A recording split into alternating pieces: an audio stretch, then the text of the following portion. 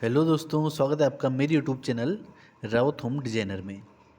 जैसा कि थंबनेल से आप देख ही चुके हैं कि आज मैं आपके लिए इस तरीके का वीडियो लेके आया हूं जिसमें कि आप बहुत सारे पैसे अपने घर बनाते टाइम बचा सकते हैं और इन गलतियों को आपको ध्यान में रखना है जिससे कि आपके बहुत सारे पैसे बच सकते हैं घर को बनाते टाइम।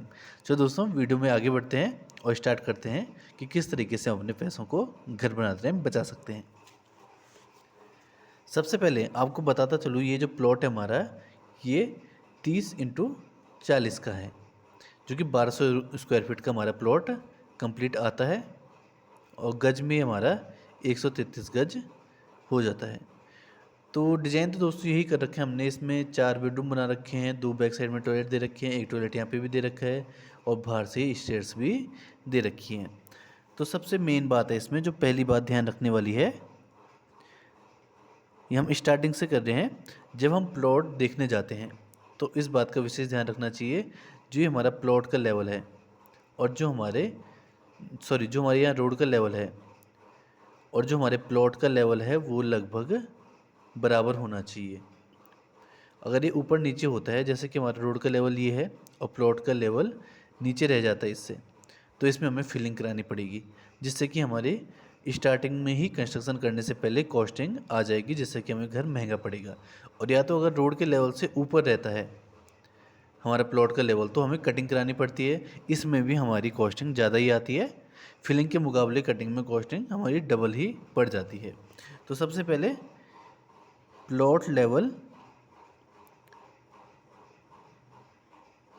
और रोड लेवल लगभग बराबर होने चाहिए। यहाँ पर बराबर लिखा हुआ है, plot level equals to road level. इससे हमारी कम से कम 50 से 60 हज़ार रुपये बच जाते हैं।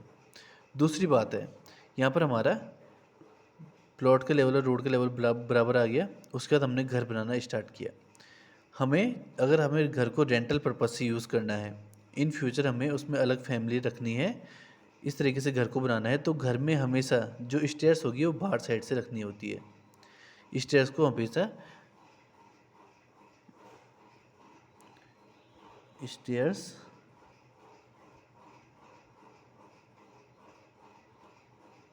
स्टेयर्स हमेशा आउटसाइड रखनी चाहिए घर से। ये तब, अगर हमारा केवल अपने लिए घर बना रहे हैं, केवल अकेले रहना है, तो तब तो इनसाइड एयर स्टेयर्स दे सकते हैं। लेकिन अगर आपको फ्यूचर में दूसरी फैमिली ने रहना है वहाँ पे, या फिर आपके 2 भाई हैं, एक नीचे रहेगा ग्राउंड फ्लोर पे, एक फर्स्ट फ्लोर पे रहेगा, तब भी आपको स्टेयर्स बाहर से ही देना ज़्यादा फ़ायदेमंद है, क्योंकि ये प्राइवेसी का आपके पूरे ख्याल रखता है और लोगों को प्रॉब्लम नहीं होती है। और अगर आपको रेंटल पर्पज़ से भी करना है, तब भी आपको इसी तरीके से रखना चाहिए। अगर आप यही काम रेंटल पर्पज़ से करते हो तो आप इसमें पर ईयर अपना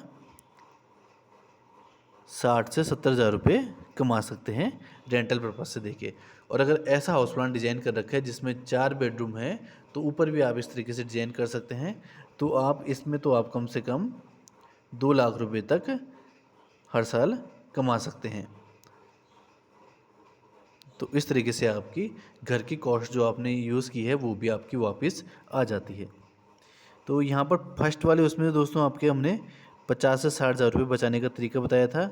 और सेकंड वाले में बताता हूँ आपको कि अगर आप केवल सिंगल रूम का तो 60 से 70 हज़ार रुपये बच जाता है। अगर आप 4 रूम तक देते हैं तो इसका हम रैंडम मानते हैं, तो 2 लाख तक मानते हैं। आप अगर 4 से गुणा करोगे तो 240 या 280 बोलोगे, लेकिन हम ऐसा इसे रैंडम मान रहे हैं क्योंकि मेंटेनेंस में भी खर्चा होगा, जो कि सिंगल के मुकाबले 4 लोगों में ज़्यादा होता है, तो इसे इसलिए 2 लाख माना जा रहा है। इसके अलावा जब हम कंस्ट्रक्शन कर रहे हों, तो ये तो दोस्तों हमारी यहाँ पर मेन वॉल है जो 9 इंच की है। इसके अलावा यहाँ पर हम 5 इंच की वॉल दे सकते हैं। सॉरी, ये 10 इंच की होगी क्योंकि 9 इंच की वॉल होती है, 1 इंच का प्लास्टर होता है। यहाँ पर हम 5 इंच की वॉल दे सकते हैं। ये वाली वॉल भी हम 5 इंच की दे सकते हैं। ये वाली वॉल हमारी हमेशा 10 इंच की ही रहेगी क्योंकि हमारी मेन वॉल है, और ये हम 5 इंच की यहाँ पर रख सकते हैं। और अंदर जितनी हमारी पार्टीशन वॉल है, सारे की सारी हमारी 5 इंच की आएंगी। तो हम कोशिश करेंगे कि जहाँ पर हम 5 इंच की वॉल्स दे सकते हैं वहाँ पर 5 इंच की ही दी जाए, 10 इंच की वॉल्स अवॉइड की जाए। इससे ऐसा होगा, जैसे कि अगर हम यहाँ पर 10 इंच की वॉल दे देते तो ये हमारी डबल कॉस्ट आ जाती है इसकी। इसमें एक तो डबल ईंटें लगती हैं, डबल मटेरियल सारा यूज़ होता है, लेबर चार्ज भी हमें डबल पड़ता है और हमारा इसमें 5 इंच का एरिया भी ज़्यादा यूज़ हो जाता है, जिससे कि हमें एरिया का भी नुकसान पहुंचता है। तो इससे भी हमारी बहुत ही ज़्यादा कॉस्टिंग कम आ जाती है। इसमें भी हम कम से कम यूज़ पार्टीशन वॉल, ये तीसरी वो चीज़ होती है हमारी, इसमें use partition wall. Partition wall दोस्तों केवल वहाँ पे यूज़ करनी है जहाँ पे की जा सकती हैं। ऐसा नहीं है कि हम फ्रंट की वॉल को भी पार्टीशन वॉल यूज़ कर लें। इसे मेन वॉल ही रखना चाहिए, इसे 10 इंच की वॉल ही देनी चाहिए। जो हमारी ओपन स्पेस की तरफ वॉल्स आती है वो हमेशा मेन वॉल रहनी चाहिए, और जो अंदर की तरफ वॉल्स आ रही हैं या ये वॉल आ रही है तो ये सारी पार्टीशन वॉल यूज़ करके हम बहुत ज़्यादा अपना खर्चा बचा सकते हैं। ऐसे में भी हम कम से कम 70 से 80 हज़ार रुपये अपने बचा सकते हैं। इस तरीके से दोस्तों अगर हम हाउस प्लान को बनाए अपने, केवल ये 3 गलतियां ना करें, ये 3 गलतियों में सॉरी ये पहली और दूसरी गलती ना करें, और जो पहली और तीसरी वाली गलती ना करें, और जो दूसरी वाली जो एडवाइस दे रखी है वो करें, तो इसमें ही कम से कम हम 3 से 4 लाख रुपए अपने बचा सकते हैं। और दूसरी वाली जो चीज़ है हमारी, उसमें तो हम हर साल 2 लाख रुपए कमा भी सकते हैं इस हाउस प्लान के डिज़ाइन के हिसाब से। इसलिए दोस्तों इन चीज़ों का विशेष ध्यान रखना चाहिए जब भी हम घर बनाते हैं। इससे हमें बहुत ही ज़्यादा फ़ायदा पहुंचता है। बिना सोचे समझे घर को नहीं बनाना चाहिए, हमें उसका सबसे पहले उसका पूरा प्लान तैयार करना चाहिए और उसमें देखना चाहिए कितना हमारा खर्चा आएगा, किस तरीके से हम पैसों को उसमें बचा सकते हैं, और उसी तरीके से उसको डिज़ाइन करना चाहिए। वीडियो में लास्ट तक बने रहने के लिए दोस्तों आपका बहुत बहुत धन्यवाद। इसी तरीके से वीडियो को लाइक शेयर कमेंट करते रहिए और हमें सपोर्ट करते रहिए, जिससे कि मैं आपके लिए भविष्य में ऐसी वीडियो लेके आता रहूँ। धन्यवाद।